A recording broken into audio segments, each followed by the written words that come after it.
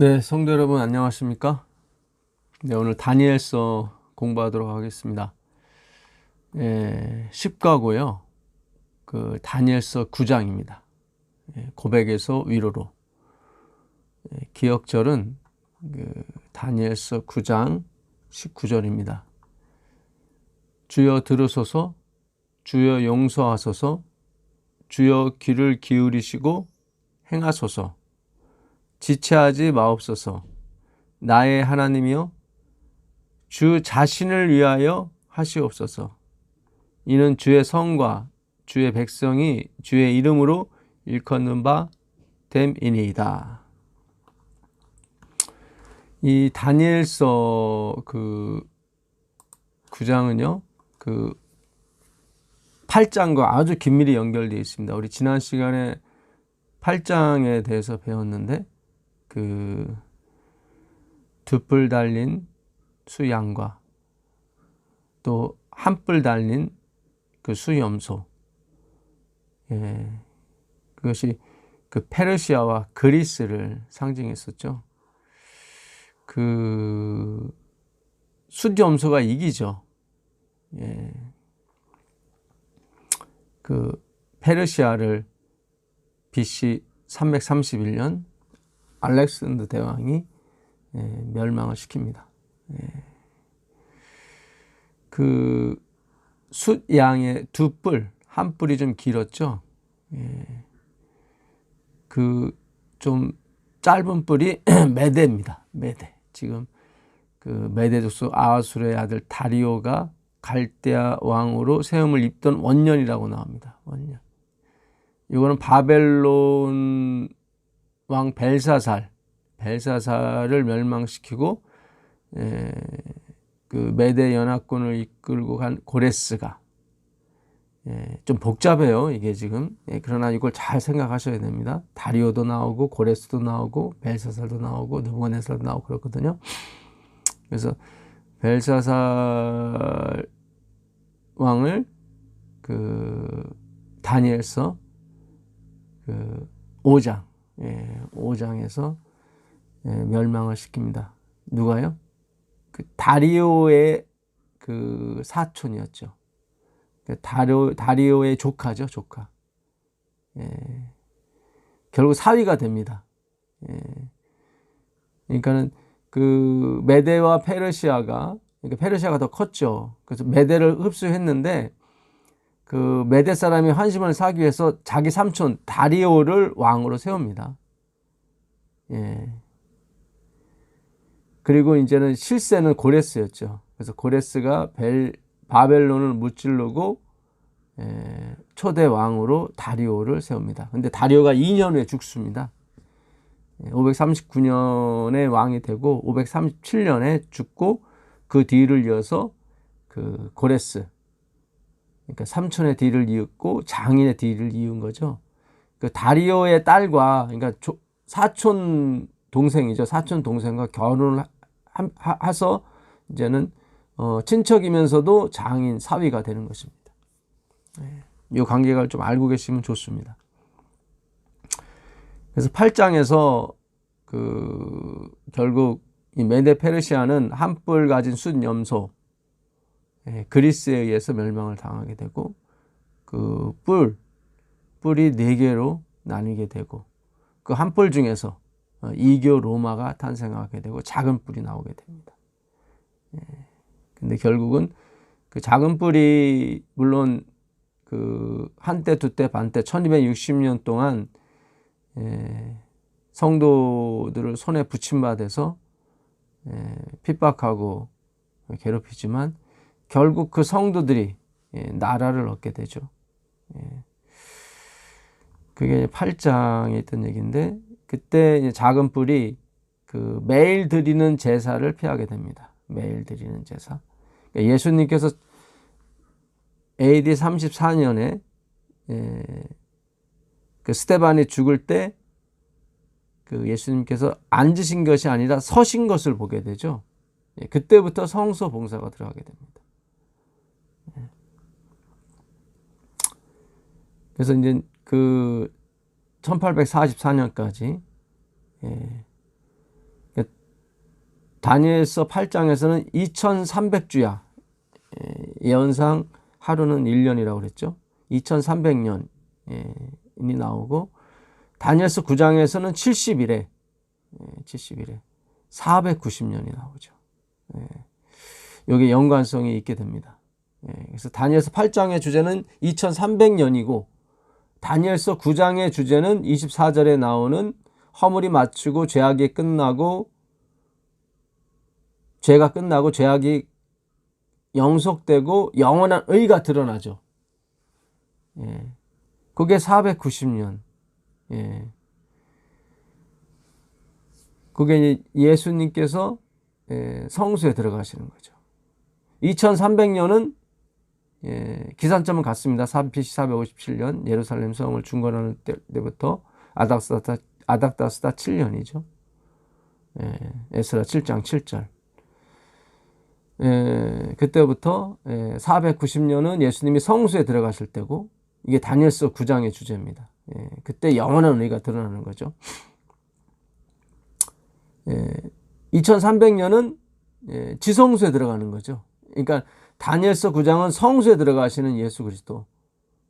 순서가 좀 바뀌었죠. 그러나 2300년 지성소가 먼저 나옵니다. 그래서 1844년에 예수님께서 지성소로 들어가죠. 지성소는 대제사장이 1년에 1차씩 들어가는 거거든요. 그래서 매일 드리는 제사로 말미암아 죄가 쌓였던 그것을 그날 하루 다 속하게 됩니다. 영원히. 그래서 예수님이 지금 지성소에 들어가서 봉사하시는 것은 우리의 죄를 영원히 씻으시는 거죠. 과거, 현재, 미래를 얘기하는 것입니다. 과거에 내가 지었던 죄는 물론이고 앞으로 지을 죄까지, 그러니까 죄를 짓지 않는다는 얘기죠. 지성소에 들어가서 나오신다는 얘기는. 그래서 우리가 죄를 지을 수밖에 없는 그 허물, 여기 다니엘서 9장 24절에 허물이 마치고 할 때 허물 페샤라고 되어 있거든요. 그럼 왠지 그냥 하나님에 대한 반항이에요. 페샤라는 그 죄라는 단어는 허물이라고 번역된 아그노에마, 요게 이제는 히브리서 9장 7절에 그 대제사장이 1년에 1차씩 지성소로 들어가는데 자기의 죄와 백성의 죄를 속하게 들어간다고 나오거든요.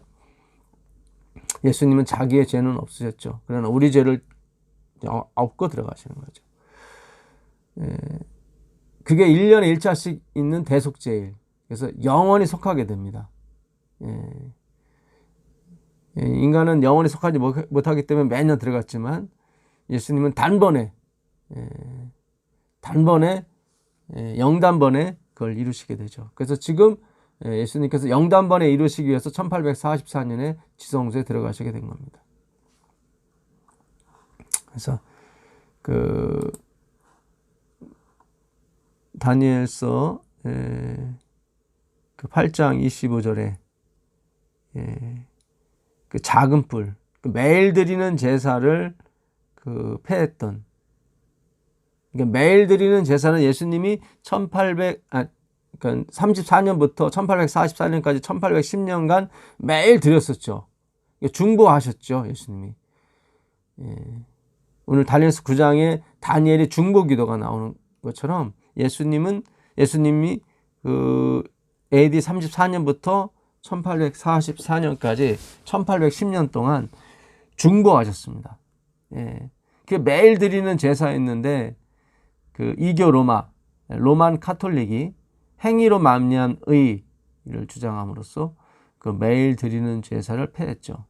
그래서 성소를 회파했다고 나왔는데 그는 하나님 백성 속의 마음에 있는 성소, 예수님이 그 거처를 마련하러 가신다고 그랬는데 그 거처는 우리 마음에 있는 성소를 얘기하는 것입니다. 그걸 지성소에, 그러니까 우리 마음에 있는 성소에 더러운 죄가 있거든요. 아그노에마, 허물, 페샤, 늘 하나님을 대항하고자 반역하고자 하는 마음이 있어요. 스스로 독립하고자 하는 마음이라는 거죠. 그 아그노에마라고 얘기하는 것입니다. 히브리서 9장 7절에 이그노러스신, 그러니까 무식함으로 무지함으로 나오는 죄가 또 있어요. 알지 못해서 지우는 죄. 또틀리스 신도 있고요. 생각 없이 나오는 죄, 생각 없이 하나님을 반항하는 거죠. 그거를 2300주야까지 까지니 그때 성소가 정결케 함을 입는 거예요. 그때부터 시작을 하는 거예요. 예수님 오실 때까지.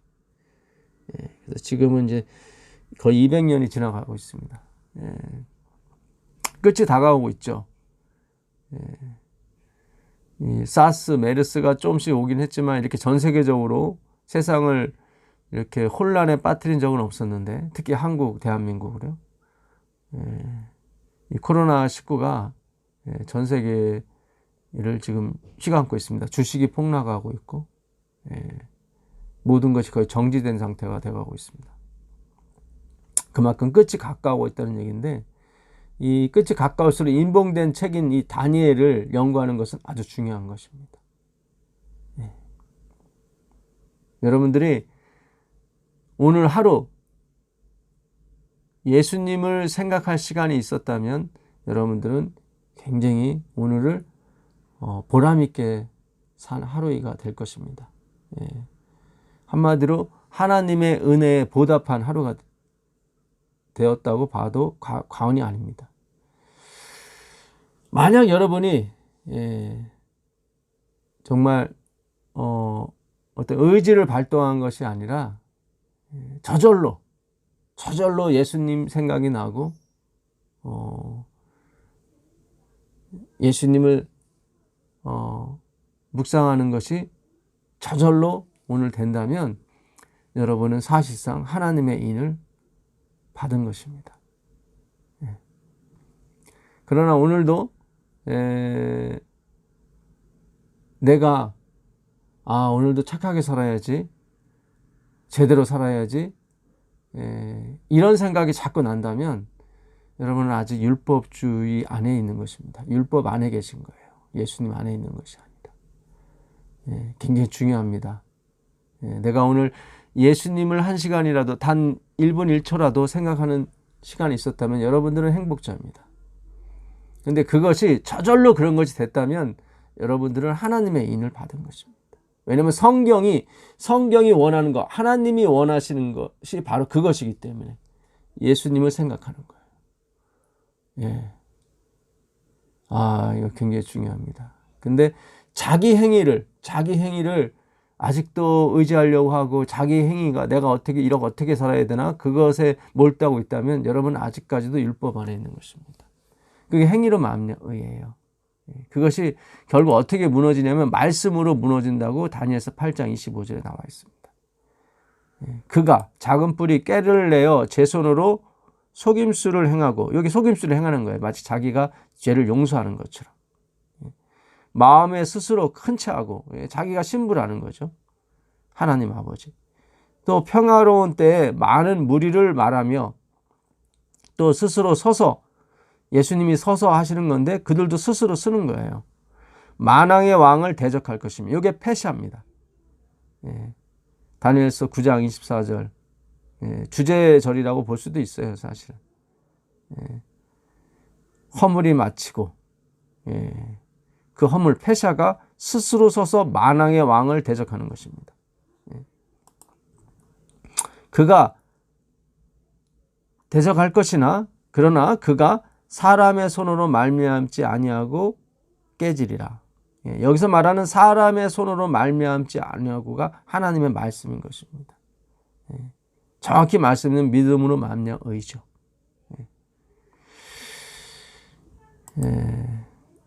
다니엘서 9장을 보도록 하겠습니다. 메대 족속 아하수에로의 아들 다리오가, 이 아하수에로는 요 다음에 있을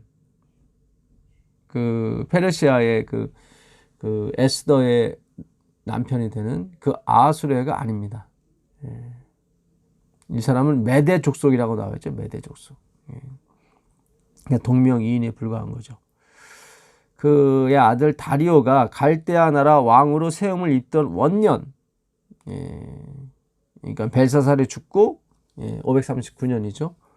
다리오가 메대 페르시아의 초대 왕이 됩니다. 이게 아까 말씀드린 고레스의 삼촌이라고 그랬죠. 또한 장인이라고. 곧 그 통치 원년에 나 다니엘이 서책으로 말미암아 여호와의 말씀이 선지자 예레미야에게 임하여 고하신 그 연수를 깨달았나니 곧 예루살렘의 황무함이 70년에 마치리라 하신 것이니라. 이게 다리오 원년이니까요. 지금 그 다니엘의 나이가 지금 포로로 된 지 66년째 되거든요. 그러니까 17에 잡혀왔으니까 83세예요. 그러니까 다니엘이 83세 거의 죽게 되었을 때 이 연수를 깨닫게 돼요. 예레미야 그 29장 10절에 나오는 연수. 이 예레미야가 그 유대가 멸망할 때 마지막 최후의 선지자 아닙니까? 그가 써준 책이 예레미야서와 예레미야애가, 그 다음에 열왕기 상하죠. 열왕기 상하. 그거를 지어줬죠. 포로들에게. 말씀을 지어준 거예요.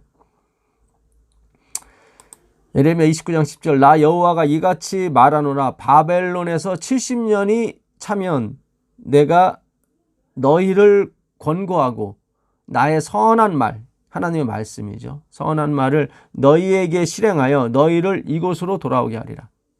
605년에 그들이 첫 포로로 잡혀가기 시작했는데 하나님이 약속을 하신 거예요. 70년이 차면 돌아오게 할 것이다. 70년이 차기까지 지금 몇 년 안 남았죠. 그때가 돼서야 다니엘이 83세가 됐을 때 이 성경 구절을 깨달은 거예요. 계속 암송을 했을 텐데 하나님이 열어주지 않으니까 안 되는 거예요, 이게. 그러니까 여러분 지금 뭐 나이가 50이 넘어서 60이 가까워서 무슨 우리가 하나님 말씀 연구하겠냐 하겠지만 아니에요. 다니엘보다 벌써 20살이 우리는 어려요. 20살, 30살. 저는 30살이 어리네요. 그러니까 지금 시작이에요. 그러니까는 나이는 숫자에 불과한 것입니다. 다니엘은 벌써 83세 거의 죽게 되었을 때 이 하나님의 작정, 예정을 깨닫게 되거든요. 70년이 차면 내가 너희들을 다시 돌아오게 할 것이다. 그 70년을 깨닫게 되는 것입니다. 우리는 지금 이것만 깨닫는 게 아니죠. 좀 더 많이 깨닫잖아요. 그러니까 우리는 다니엘보다 더 은혜를 받은 사람들이에요. 요 에레미야에 있는 말씀을 나중에 또 누가 깨달으냐면 고레스가 깨닫습니다. 그 에스라서 1장 1절 보게 되면 바사왕 고레스 원년에 여호와께서 에레미야의 입을 통하여 하신 말씀을 이루게 하시려고, 이게 나오죠. 70년이 차면은 내가 너희를 보낼 것이다. 이 고레스는 그 사기 삼촌 다리오가 그 2년 만에 죽거든요. 그러니까 539년에 다리오가 왕이 돼서 2년 동안 통치하다 죽으니까 정확히 537년, BC 537년. 70년이 찰 때가 언제예요? 536년, 1년 남았을 때. 아주 뭐 거의 아슬아슬하죠. 1년 남았을 때. 우리가 이게 사실 1년도 안 남았죠. 다리오가 539년 10월 29일 날, 고레스가 537년 10월 29일 날인가요? 그렇게 왕이 됐다고 했으니까 거의 뭐 몇 달 안 남았을 때죠. 그러니까 참 하나님이 하시는 일은 아슬아슬한데 우리가 봤을 때는 이게 뭐 거의 안 될 것 같은데 꼭 반드시 이루세요. 바사왕 고레스 원년에 여호와께서 에레미야의 입을 통하여 하신 말씀을 이루게 하시려고, 이건 주님이 주권을 얘기하는 거예요. 그분이 이루게 하시려고 바사왕 고레스의 마음을 감동, 헬라어는 푸뉴마죠. 성령의 감동, 말씀이죠. 말씀으로 감동시키심에 그가 온 나라에 공포도 하고 조서도 내려 이르되, 바사왕 고레스는 말하노니 하늘의 하나님 여호와께서 세상 모든 나라를 내게 주셨고 나에게 명령하사 유다 예루살렘의 성전을 건축하라 하셨나니. 이게 그 예루살렘 성전 중건 1차 조서입니다. 이게 있은 다음에 그 20년이 지나서 다시 다리우스 1세가 또 중건령을 내리죠. 성전. 그래서 516년 다리오 6년에 성전이 완공이 되고, 이제 3차로 아닥사스다 7년 BC 457년에 아닥사스다가 크세르크세스, 그러니까는 에스더 왕후의 그 입양된 아들이죠. 입양된 아들, 자기 친아들은 아니지만 다 배경이 있어요. 그러니까 에스더가 BC 479년에 왕이 되거든요. 왕후가 되거든요. 그래서 난리를 치른 다음에 14년 후에 그의 아들 크세르크세스 아닥사스다 왕이 7년이 됐을 때 예루살렘 성을 중건하라는, 지금 성전은 이미 다리우스 6년에 완공이 됐고요. 그래서 예루살렘 성을 중건하는 영이 날 때부터 7일에 62일에 또 한 일회가 전하게 됩니다. 그래서 62일회가 지났을 때, 69일회가 지났을 때 왕이 기름 부음을 받을 것이고, 또 그 사이에 끊쳐지게 된다고 나오거든요. 예수님의 죽음을 의미하는 거죠. 이게 좀 복잡합니다. 연수도 많이 나오고 사람 이름도 많이 나오는데 계속 반복해서 들으시면 정립이 좀 되실 거예요. 그래서 고레스가 BC 537년에 진짜 몇 달 안 남겨놓고 이 말씀을 이루게 됩니다. 그러니까 하나님 말씀 반드시 이루어지니까요. 정말 예수님만 바라보고 가십시오. 어떻게 이루어졌어요? 이때도 다니엘이 있었거든요. 그러니까 이미 그의 삼촌, 그러니까 2년 전이죠. 다리오가 사자굴에 다니엘을 집어넣고 그가 살아나는 걸 보고 하나님을 고백하게 되죠. 그때 다니엘이 있었어요. 총리로. 그거를 고레스가 다 봤을 거라고 해요. 실질적인 왕은 고레스였으니까. 자기 삼촌은 그냥 민심을 위해서 세운 것이고 실제는 페르시아가 컸었거든요. 그래서 그 다니엘서 1장 마지막 절에 보게 되면 다니엘은 고레스 원년까지 있느니라고 나오는 거예요. 총리로. 나중에 10장에 가보면 고레스 3년에 또 다니엘이 또 있어요. 그러니까 총리로서 원년까지 있었던 것 같아요. 그래서 이제는 다니엘이 깨달은, 그러니까 다리오 원년에 깨달은 그 70년이 찬다는 거, 그거를 이제는 고레스에게 얘기해 줬겠죠. 물론 이사야서에 나오는 이사야서 45장에 하나님께서 네 이름도 다 지어 놓으셨다. 너가 바벨론을 무찌른 것도 하나님이 다 빗장을 여시고 길을 여셨기 때문에 그렇게 된 것이다. 네가 보물을 가져온 것도, 은밀한 것을 다 찾을 수 있었던 것도 하나님이, 예수님이 가르쳐줘서 그런 것이다. 그걸 다니엘이 다 설명을 해줬겠죠. 그래서 고레스 그 원년에 결국은 예루살렘 전을 건축하라고, 다 가라고 명령을 하게 됩니다. 이게 바로 하나님의 열심이에요. 당신의 말씀을 이루어 가시는 그분의 열심에, 성령의 감동에 의해서 역사는 이루어지게 되어 있는 것입니다. 다시 다니엘서 9장 3절부터 보겠습니다. 내가 금식하여 베옷을 입고 죄를 무릅쓰고 주 하나님께 기도하며 간구하기를 결심하고. 왜 갑자기 이렇게 금식 기도를 했을까요? 605년에 잡혀왔으니까 이제 536년이면 이때가 이제 다리오 원년 539년이니까 3년밖에 안 남았는데 전혀 징조가 안 보이거든요. 오히려 자기를 죽이려고 막 사자굴에 집어넣고 그러니까 다니엘로서는 금식을 안 할 수가 없는 거죠, 사실은. 왜냐하면 전혀 희망이 안 보이는데 말씀은 살아있고 참 답답할 거예요. 내 하나님 여호와께 기도하여 자복하여 이르기를, 크시고 두려워할 주 하나님, 주를 사랑하고 주의 계명을 지키는 자를 위하여 언약을 지키시고 그에게 인자를 베푸시는 자시요. 그러니까 계명을 지키고 언약을 지키는 사람에게 인자를 베푸시는 하나님까지만 아는 거예요. 여태까지만 해도 다니엘이. 우리는 이미 범죄하여, 그러나 우리는 계명을 지키지 못했습니다라고 고백을 하는 거죠. 원래 하나님은 약속하시길 율법에 계명을 지키고 언약을 지키는 사람에게 인자를 베푸신다고 나 했었거든요. 예. 그러나 우리는 이미 범죄하여 패역하며, 이 패역이라는 단어가 중요한데요. 이거는 100만 번 기회를 줘도 똑같다는 이 말이에요. 그러니까 원죄를 가지고 있는 인간의 그 어쩔 수 없는 상태, 예. 그 인간의 운명에 대해서 얘기하는 것입니다. 그러니까 운명적으로 우리는 패역할 수밖에 없다. 행악하며 반역하여 주의 법도와 규례를 떠나싸우며, 우리가 또 주의 종 선지자들이 주의 이름으로 우리의 열왕과 우리의 방백과 열조와 온 국민에게 말씀하신 것을 듣지 아니하였나이다. 그렇죠. 예. 주여, 공의는 주께로 돌아가고 수욕은 우리 얼굴로 돌아옴이 오늘날과 같사옵나이다. 예. 그러니까 공의, 차다크는 주께로 돌아가고, 이 원래 차다크가 우리한테 와야 되는데, 예. 수욕, 예. 그 수치와 그 욕은 우리 얼굴에 돌아왔어요. 그러니까 아직 예수 그리스도의 그 자비의 그 긍휼의 기별을 깨닫지 못한 거죠.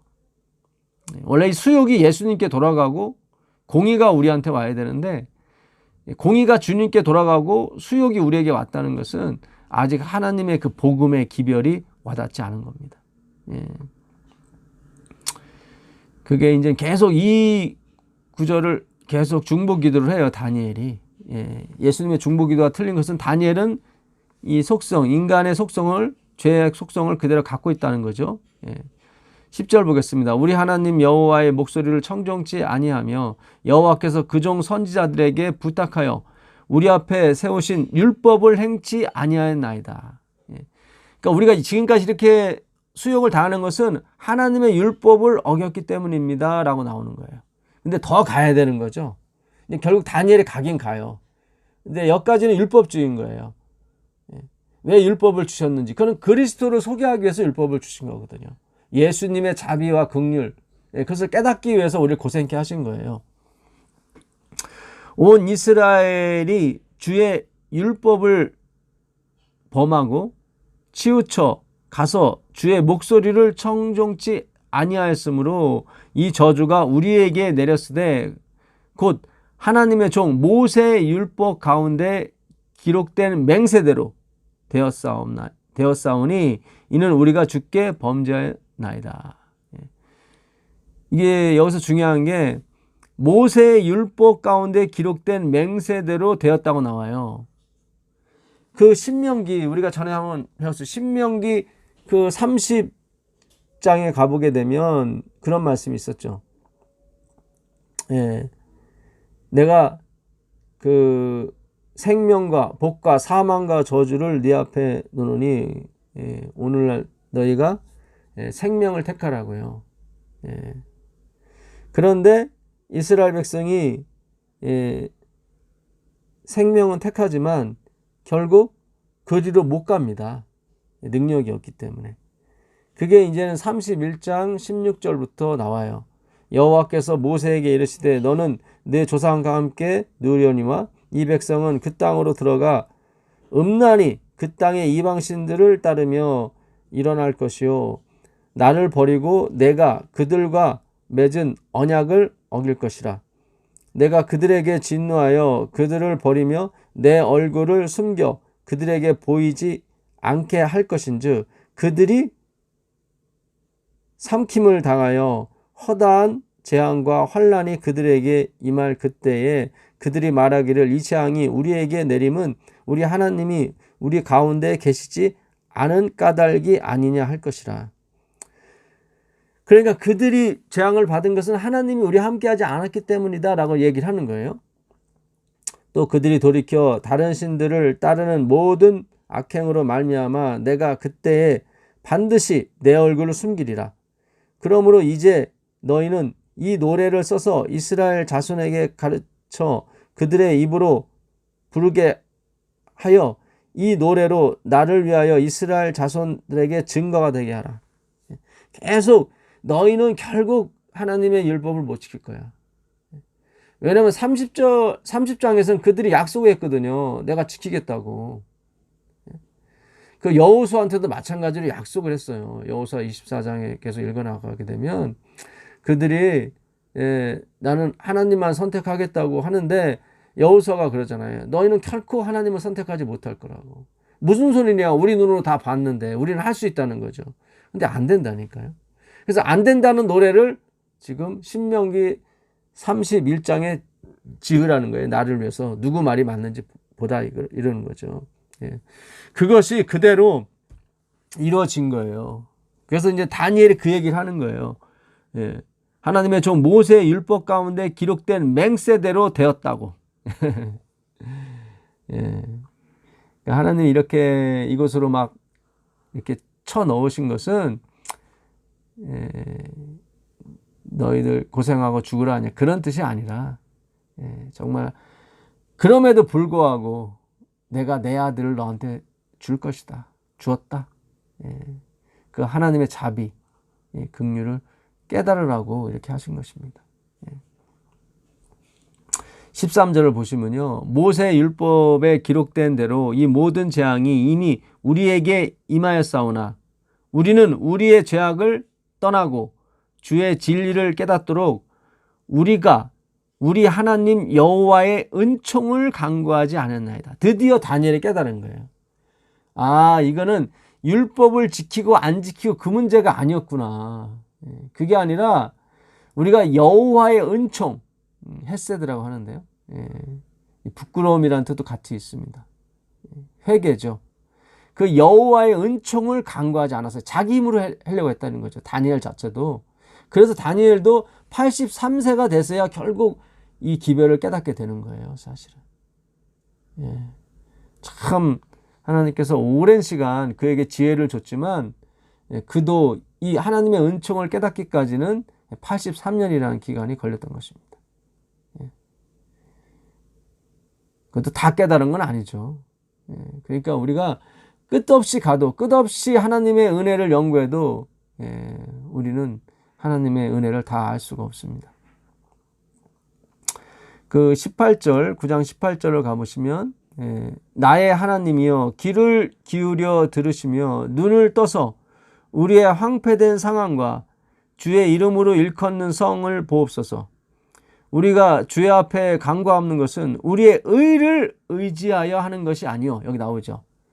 더 이상은 우리의 의, 다니엘의 의를 의지해봤자 그들은 나를 사자굴에 집어넣고 더 이용만 하려고 하지 나를 보내려고 하지 않습니다. 그거를 이게 고레스가 왕이 되기 직전에 깨닫게 되는 거예요. 다니엘이 83세. 우리가 우리의 의를 의지하여 하는 것이 아니요 주의 큰 긍휼, 주의 의죠. 그의 주의 큰 긍휼을 의지하여 함이오니. 이 긍휼이라는 말이 우리가 그저께 배웠었죠. 화이스인저 서기관과 바리새인들이요. 너희가 유황과 근처에 11조는 드리되 율법에 더 중요한 바 공의와 결정이라고 그랬죠. 공의와 그 하나님에 대한 사랑, 긍휼, 긍휼을 버렸노라. 우리가 저번 시간에 배웠던 것입니다. 너희가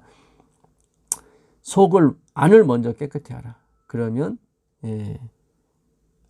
겉도 깨끗하리라. 이 안의 것으로 뭐예요? 구제하라. 그러면 모든 것이 깨끗해질 것이다. 그 안의 것이 뭐였어요? 긍휼이었어요. 하나님의 의. 엘레모순의 긍휼. 그것으로 안의 것으로 구제해야 되는 거지. 뭐 내가 예수님 점심 사줬죠. 또 뭐 저녁 대접해줬죠. 이렇게 마르다식으로 하는 것이 긍휼이 아닌 거예요. 그게 구제가 아니에요. 그런 뭐 더워라 배불러라 하는 거나 마찬가지예요. 먹어도 답이 없는 양식인 것입니다. 그러니까 진정한 양식, 예수 그리스도를 그분의 말씀을 먹어야 될 줄 믿습니다. 그 23절에 보게 되면 22절부터 보겠습니다. 내가 가르치며 내게 말하여 가로되 다니엘아 내가 이제 내게 지혜와 총명을 주려고 나왔나니 곧 내가 기도를 시작할 즈음에 명령이 내렸으므로. 이게 굉장히 중요해요. 네가 기도를 시작할 즈음에 명령이 내렸다는 것은 너의 기도와 상관없이 이미 명령이 내렸다는 뜻이에요. 그러니까 이번 주 교과의 그 저자분이 자꾸 우리의 기도로 하나님의 보호자를 움직일 수 있다고 자꾸 그런 식으로 말씀을 하셔요. 아니에요. 물론 하나님이 우리 기도하면 다 이루어주세요. 이루어주시지만 또 변치 않는 그분의 의지가 있습니다. 우리가 꺾을 수 없는 의지예요. 그래서 가끔씩 우리한테 응답이 안 오는 이유는 그 의지와 상충하기 때문에 그래요. 그 의지는 우리를 위한 것이고 우리의 절대적인 승리를 위해서 하나님이 결정하신 사항이란 말이죠. 그건 변치 않아요. 그러니까 다니엘이 기도 안 했어도 하나님은 이 70일에 이 70년을 이루십니다. 근데 마치 다니엘이 기도했기 때문에 이 계시가 주어졌고 깨달아졌고 그거는 인본주의적 사고예요. 그렇지 않아요. 예. 아주 그거 잘못된 생각입니다. 그게 알미니안주의예요. 내가 기도를 함으로 하나님의 보호자를 흔들 수 있다는 생각. 그거 잘못된 겁니다. 아닙니다. 예. 그렇다고 하나님이 우리 기도하면 안 들어주신다? 그것도 아니에요. 들어주세요. 그러나 안 들어주는 것도 있어요. 왜냐하면 그분의 변함없는 결정, 우리를 위한 행복이 있거든요. 우리는 잘 몰라요. 우리가 부모님한테 엄마 아빠 마약 사 먹게 5만 원만 줘요. 그럼 줍니까? 안 되죠. 예. 대마초 사피게 5만 원만 줘요. 그럼 줘요? 안 주죠. 예. 그와 똑같은 거예요. 부모님이 우리에 대한 기대와 의지, 예. 확고한 결정이 있어요. 예. 그건 흔들리지 않아요. 예. 그것이 바로 70일인 것입니다. 그리스도의 성소 봉사. 매일 드리는 제사, 드리는 말씀이에요. 2300주야까지니 내가 70일의 기한을 정했다고 하타크 기한을 정했다고 나오지 않습니까? 정하신 거예요, 그분이. 우리가 기도한다고 그 정하신 것이 흔들리거나 그러지 않습니다. 에스겔서 36장 가보시면 에스겔서 36장 가보겠습니다. 하나님이 약속을 하셔요. 내가 예루살렘을 진짜 놀랍도록 회복시켜 주겠다. 35절, 36장 35절 보게 되면 사람이 이르기를 이 땅이 황폐하더니 이제는 에덴 동산 같이 되었고 황량하고 적막하고 무너진 성읍들의 성벽과 주민이 있다 하리니 너희 사방에 남은 이방 사람이 나 여호와가 무너진 곳을 건축하며 황폐한 자리에 심은 줄을 알리라. 나 여호와가 말하였으니 이루리라. 그러니까 에스겔도 다니엘과 같은 동시대의 선지자거든요. 같은 계시를 받은 거예요. 내가 무너진 이 성읍을 다시 정말 에덴 동산 같이 내가 다시 일으키고 말 것이다. 내가 말했으니 반드시 이루리라 그랬단 말이죠. 그러니까 이 주제예요. 내가 여호와가 말하였으니 반드시 이루리라. 주 여호와께서 이같이 말씀하셨느니라. 그래도 이스라엘 족속이 이같이 자기들에게 이루어 주기를 내게 구하여야 할 것이라. 내가 그들의 수요를 양떼같이 많아지게 하되. 내가 이렇게 반드시 이룰 것이지만 너희도 여기에 참여하는 기쁨을 주겠다 하신 거예요. 그럴지라도 네가 뭐 할 것이다? 기도해야 된다. 예. 그렇잖아요. 우리가 기도했더니 응답받으면 얼마나 좋습니까? 예. 그러나 그 전에 이미 하나님이 다 계획하고 있었단 말이죠. 그러니까 우리에게는 예정은 없어요. 하나님께는 모든 게 예정이지만 이미 이루어진 일이지만 지금 있었던 것도 전에 있었고 앞으로 장래일도 전에 있었어요. 하나님은 지나간 걸 찾으신다고 전도서 3장 15절에 말씀하십니다. 해 아래 새 것이 없어요. 하나님께는 다 한 거예요. 그러나 우리한테는 새 거예요. 이게 재밌는 거예요. 우리한테는 너무 좋은 거예요. 우리가 하나님이 안 된 게 얼마나 좋은지 몰라요. 하나님 되면 다 알잖아요. 우리는 모르니까.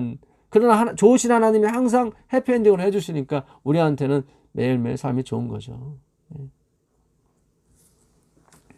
그래서 곧 내가 기도를 시작할 즈음에 명령이 내렸으므로 하는 말은 이미 하나님께서 결정하신 바예요. 예. 그런 거지. 다니엘이 기도했기 때문에 그것이 이루어지고 그런 것이 아닙니다. 그 이삭이 아내 구할 때도 마찬가지예요.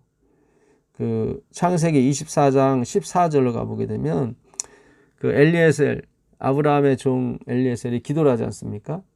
한 소녀에게 이르기를 청하건대 너는 물동이를 기울여 나로 마시게 하라 하리니 그의 대답이 마시라 내가 당신의 낙타에게도 마시게 하리라 하면 그는 주께서 주의 종 이삭을 위하여 정하신 자라. 여기 나오잖아요. 내가 한 소녀에게 얘기할 겁니다. 예. 나한테 물을 좀 마시게 하라. 이 말씀을 달라는 거죠. 너 말씀 있어? 그죠? 복음 있어? 그거예요.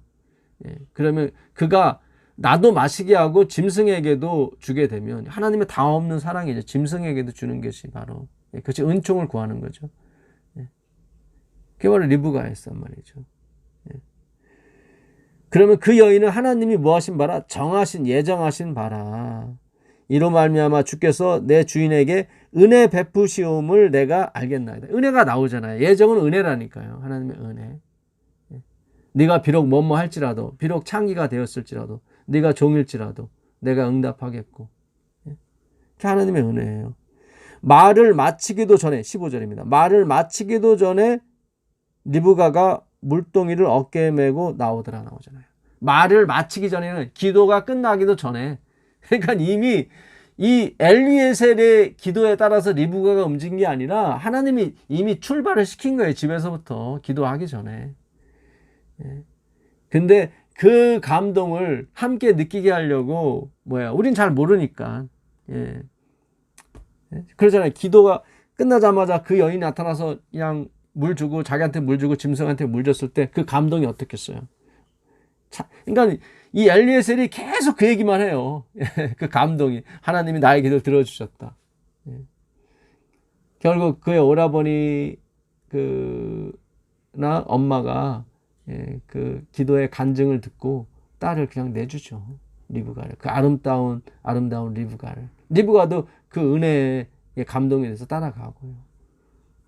그래서 이 하나님의 예정은 하나님의 열심, 하나님의 질투, 하나님의 사랑, 하나님의 애증, 그걸로 인해서 우리의 인생이 꼴찌어 가게 돼 있는 것입니다. 근데 우린 끊임없이 세상을 향하려고 하는 거죠. 내가 기도를 시작할 즈음에 명령이 내렸으므로 이제 내게 구하라 왔느니라. 너는 크게 은총을 입은 자라. 그런즉 너는 이 일을 생각하고 그 이상을 깨달을지니라. 내 백성과 24절입니다. 주제절입니다.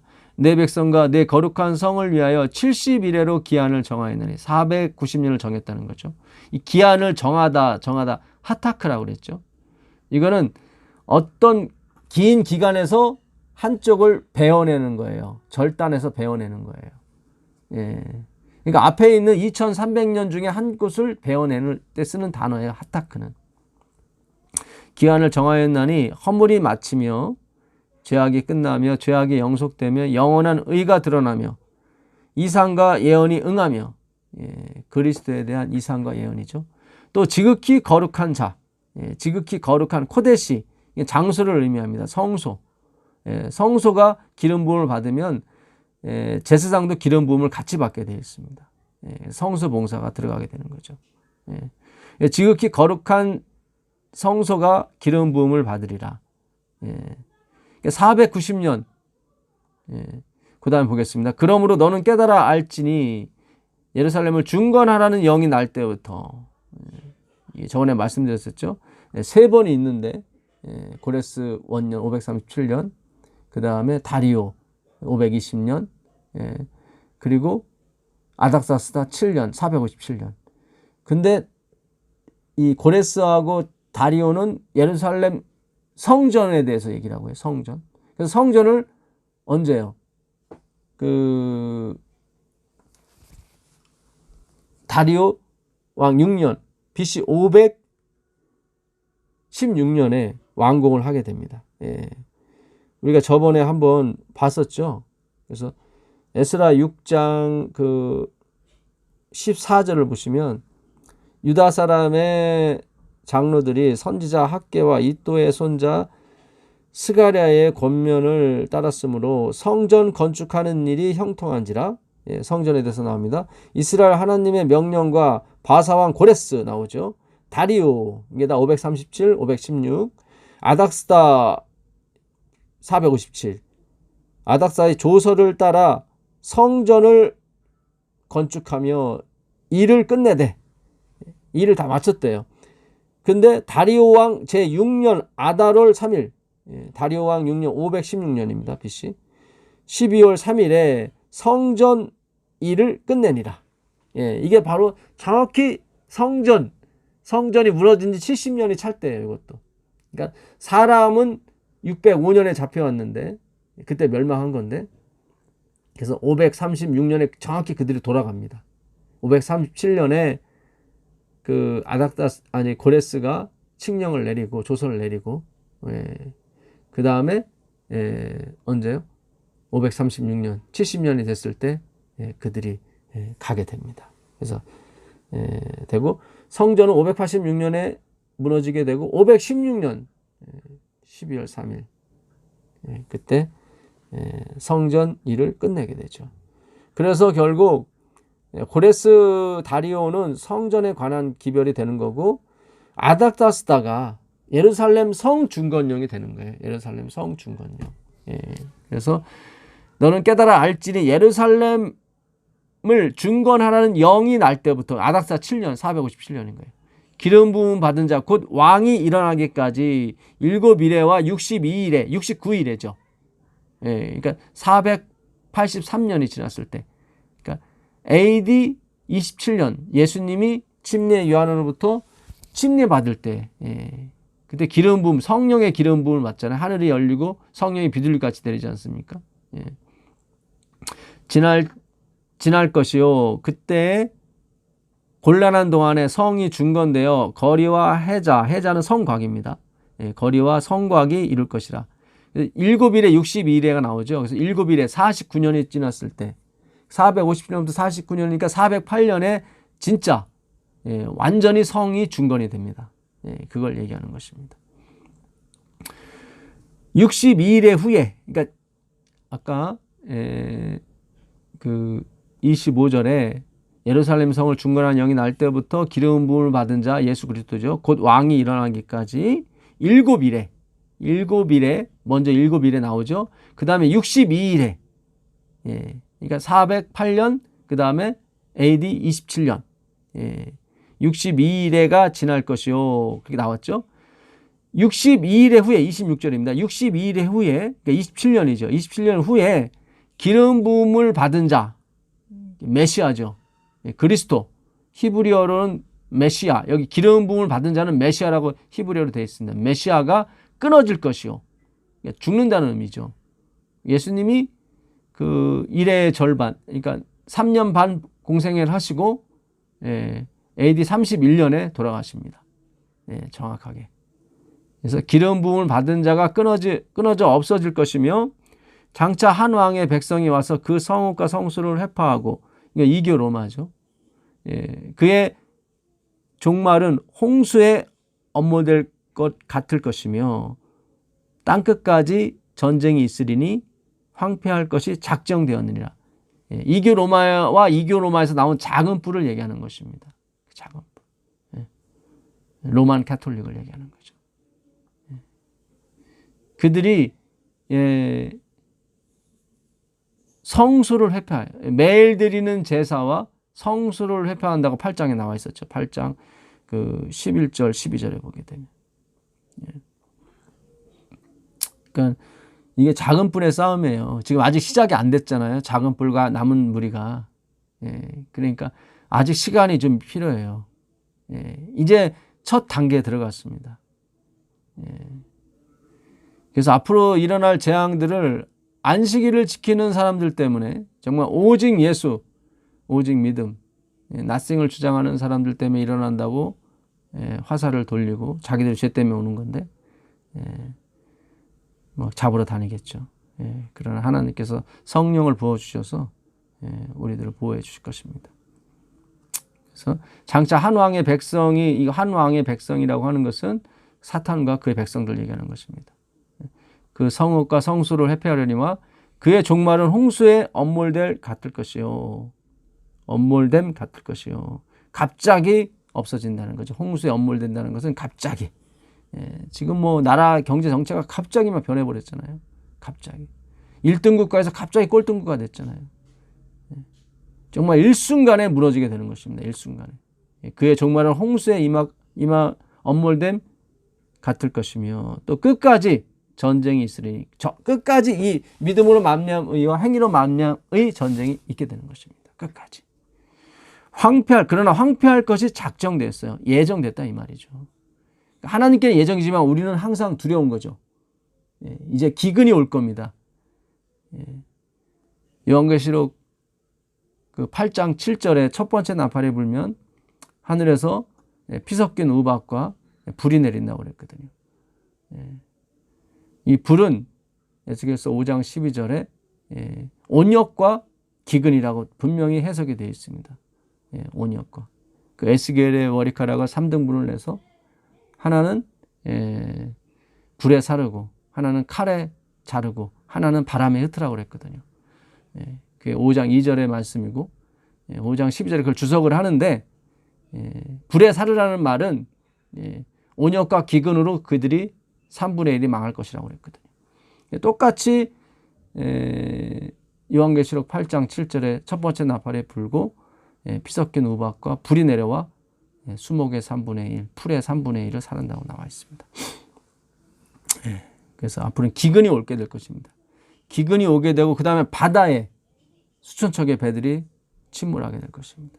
바다에 있는 물고기를 못 먹게 될 거예요. 그게 두 번째 나팔이에요. 그다음 세 번째 나팔은 무엇입니까?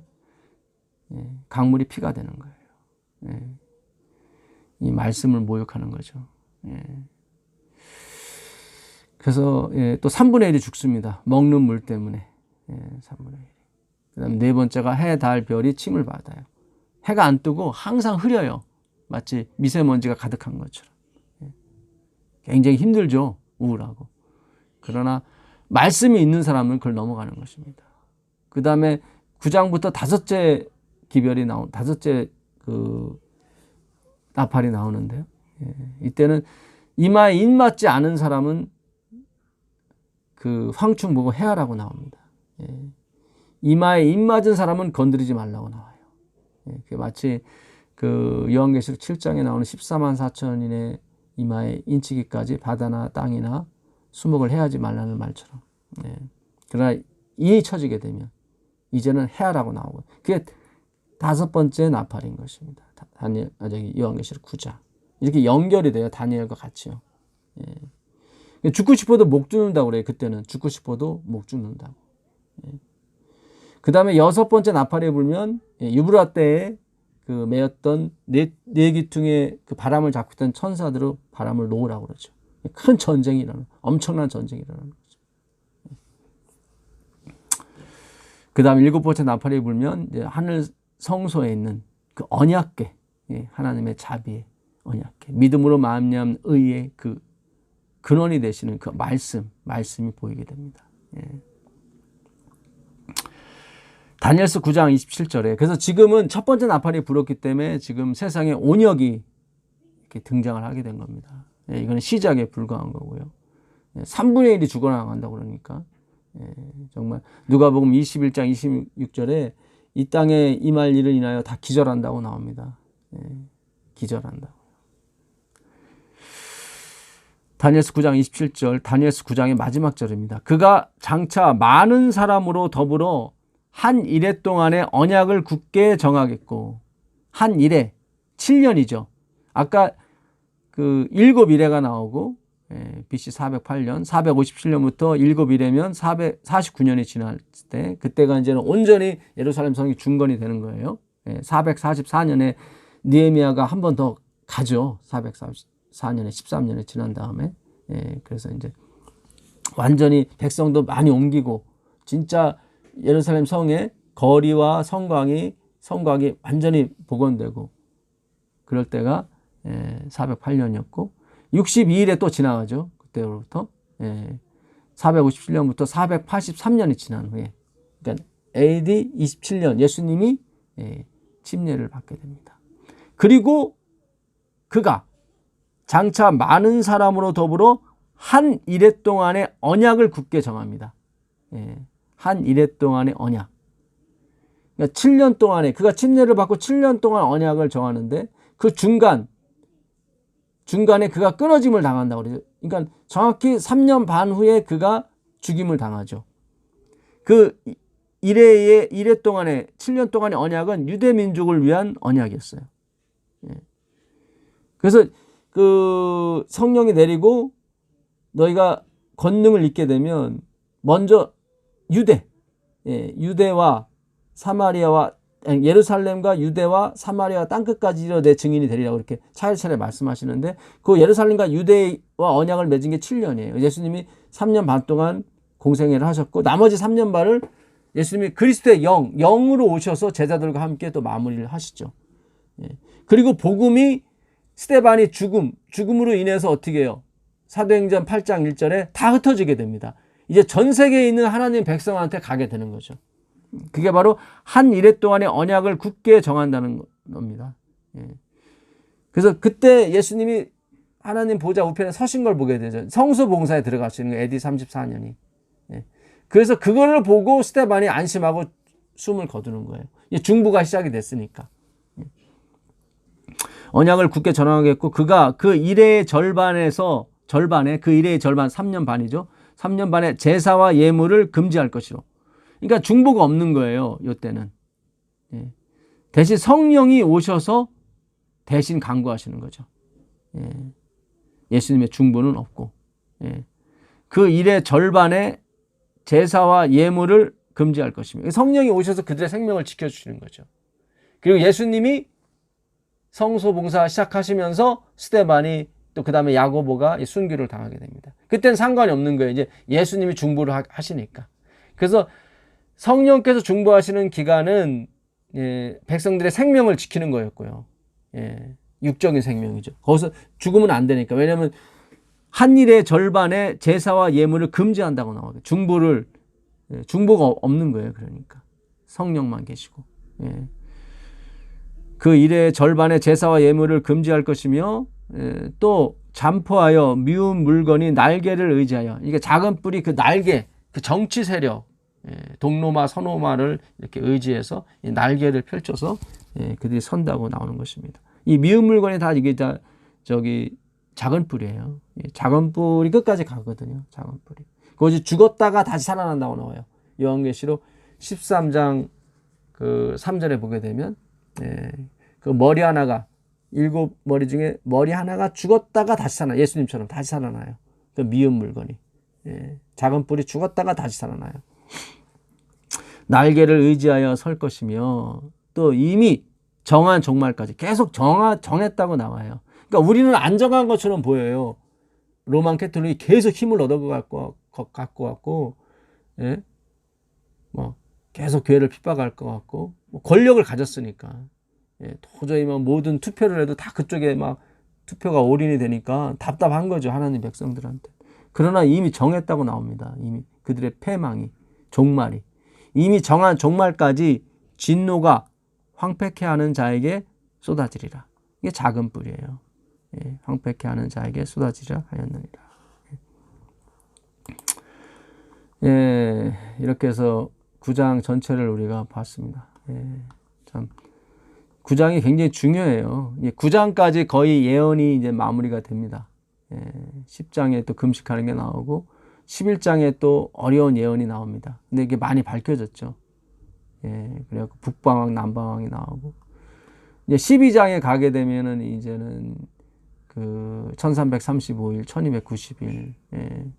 그것도 참 기존 푸는 수가 있는데 그게 또 실제 수가 될 수도 있다는 학설도 있어요. 그래서 하여튼 전체적인 예언 상황은 이 9장에서 마무리가 됩니다. 사실상 9장에서. 그래서 이 9장은 굉장히 중요합니다. 8장과 같이 연구를 해야 되는 거예요. 그래서 2300주야까지는 그때 성소가 정결케 함을 이르 2300년이 나오고 9장에서 470일에 490년 그래서 허물이 마치고 죄가 끝나고 죄악이 영속되고 성소 봉사에 들어가시는 거예요. 사실상. 그래서 예수님께서 그러셨죠. 이게 마태복음 18장 그 22절에도 나오죠. 예, 내가 형제를 7번까지 용서하면 되겠습니까? 라고 베드로가 얘기했을 때 예수님께서 아니다. 70번씩 7번이라도 용서해라. 그게 490이에요. 죄악이 영속되는 거예요. 다니엘서 9장 24절을 예수님이 그대로 마태복음 18장 22절에 쓰십니다. 490번을 용서하라는 것이 아니죠. 이 49는 희년을 의미합니다. 희년이 10번 충만하게 있는 거예요. 그러니까 49년이 차면은 그 찬 해 바로 다음 날 7월 10일이 모든 것을 회복하는 날이거든요. 50년째 채 1일이 되는 거예요. 희년인 거예요. 제사장도 50살까지만 한단 말이죠. 희년을 강조하는 거예요. 희년. 그 희년이 10번 완전히 있는 거예요. 그게 예수 그리스도가 영단번에 돌아가셔서 영단번에 어떻게 해요? 성소에 들어가시고 영단번에 지성소에 들어가셔서 끝을 내시는 거예요. 그 수요일 날 그 예언의 시인을 읽고 마치겠습니다. 시대의 소망 56페이지 있는 말씀인데요. 하나님은 메시아의 사업에 대한 편협한 유대인의 관념을 교정하려고 하였다. 그러니까 유대인들은 예수님이 유대인만을 위해서 왔다고 생각하는 거죠. 그게 아니라 전 세계에 흩어진 진정한 유대인들, 이스라엘, 그들을 위해서 오신 것입니다. 그는 사람들이 예수를 단순히 이스라엘의 구원자로서가 아니라 세상의 구주로 바라보기를 원하셨다. 그래서 뭐 페니키냐 여인이 온다든가 이방 여자가 오게 되면 제자들이 막 쫓아보내려고 하고 막 그 소경이 와도 쫓아보내려고 하고 그런 게 아니거든요. 예수님은 잃어버린 자를 위해서 오셨거든요. 인생에 잃어버린 자, 아버지를 잃어버려서 밥상 밑에서 개처럼 얻어먹어야 되는 그런 불쌍한 자를 위해서 오신 거였죠. 그러니까 이스라엘의 구원자로서 와가지고 이스라엘을 회복시키고 이스라엘의 왕이 돼가지고 전 세계를 다스리고 그런 게 아니란 말이죠. 세상에 진짜 없는 자, 세상에서 버려진 자, 그들의 구주로 오셨다는 거죠. 그러니까 섬기러 오셨다는 이 말이에요. 세상의 구주로 왔다는 얘기는 뭐 만인 구원설 그런 쪽이 아니라 섬기러 오셨다는 거예요. 그러니까 이스라엘은 자기들만을 위해서 왔다고 생각하는데 그게 아니라 하나님은 섬기러 온 거예요. 이스라엘을 회복시켜서 그들로 뭐 군주를 삼고 세상을 통치하는 그런 게 아니라 우리를 잘 되게 하고 뭐 50평 아파트 뭐 좋은 직업 뭐 그런 게 아니라 우리에게 자기 자신 아들을 주기 위해서 오신 거예요. 생명을 주시려고. 그걸 섬긴다고 하는 거예요. 하나님께서 우리를 섬긴다고 하는 거예요.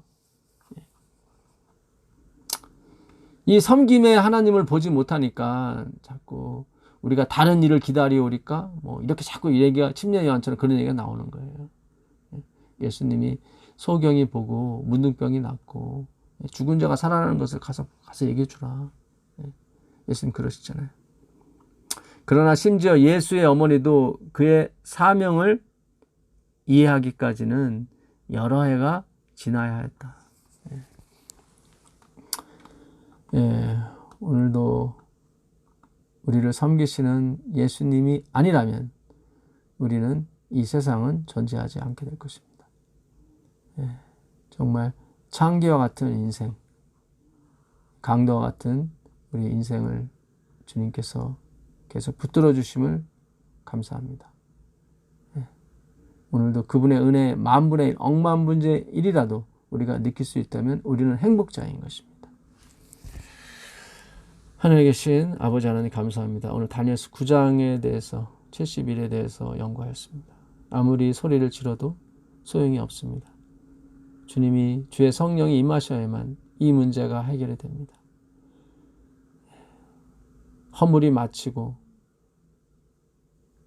죄가 끝나고 죄악이 영속되며 영원한 의가 드러나고 거룩한 곳이 기름 부음을 받는다고 말씀하셨습니다.